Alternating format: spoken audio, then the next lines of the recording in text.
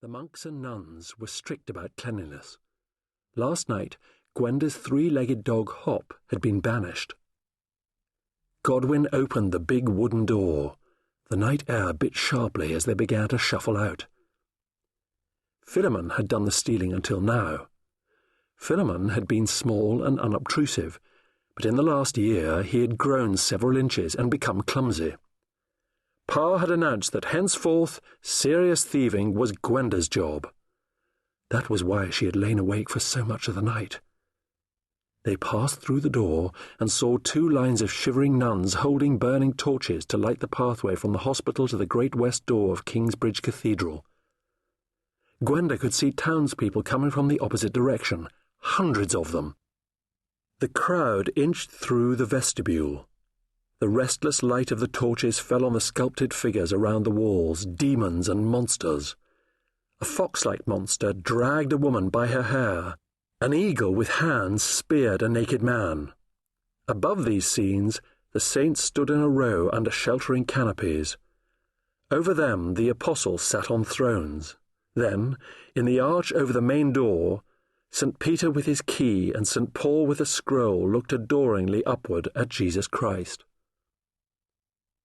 Gwenda knew that Jesus was telling her not to sin, or she would be tortured by demons.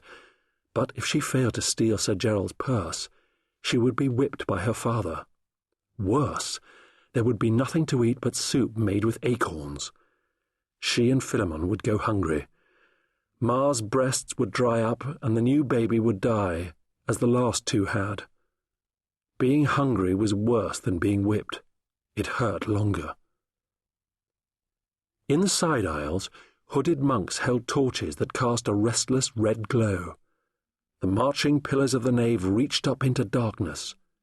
Gwenda stayed close to Sir Gerald as the crowd pushed towards the altar. Gwenda had never seen so many people in one place. The sound of all their conversations mounted to a roar. Then the bell tolled, and they fell silent. Sir Gerald was standing by a family from the town. They all wore cloaks of fine cloth, so they were probably rich wool dealers. Next to the knight stood a girl about 10 years old. Gwenda tried to make herself inconspicuous, but to her dismay, the girl looked at her and smiled. The monks extinguished their torches until the great church was in utter darkness. Gwenda wondered if the rich girl would remember her later. She tried to put the worry out of her mind as she slipped between the soft wool of the girl's cloak and the stiffer fabric of the knight's circuit. She reached into her neckline for the knife. The silence was broken by a terrible scream. Ma had explained what was going to happen, but Gwenda was still shocked.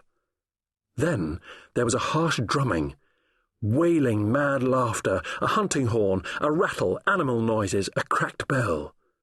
In the congregation, a child started to cry, and others joined in. Some of the adults laughed nervously. They knew the noises were made by the monks, but it was a hellish cacophony. The devilish noise grew louder. Then a new sound intervened. Music. The nuns were singing. Moving like a spirit, imperceptible as the air, Gwenda turned, facing Sir Gerald. He had on a heavy wool robe, gathered at the waist by a broad studded belt. His purse was tied to the belt. Over the robe he wore an embroidered circuit with bone buttons down the front. He had done up some of the buttons, but not all. Gwenda put one small hand on his coat. She imagined her hand was a spider, so weightless he could not possibly feel it. She ran her spider hand across his coat and found the opening, slipped under and along his heavy belt to the purse. The pandemonium faded as the music grew louder. From the congregation came a murmur of awe. Gwenda knew that a lamp had been lit on the altar, illuminating a reliquary, a carved ivory and gold box holding the bones of St. Adolphus. The crowd surged forward, everyone trying to get closer to the holy remains. As Gwenda felt herself squashed between Sir Gerald and the man in front, she put the knife to the thong and felt it give. The purse dropped into her hand. She felt a moment of joyous relief. But she was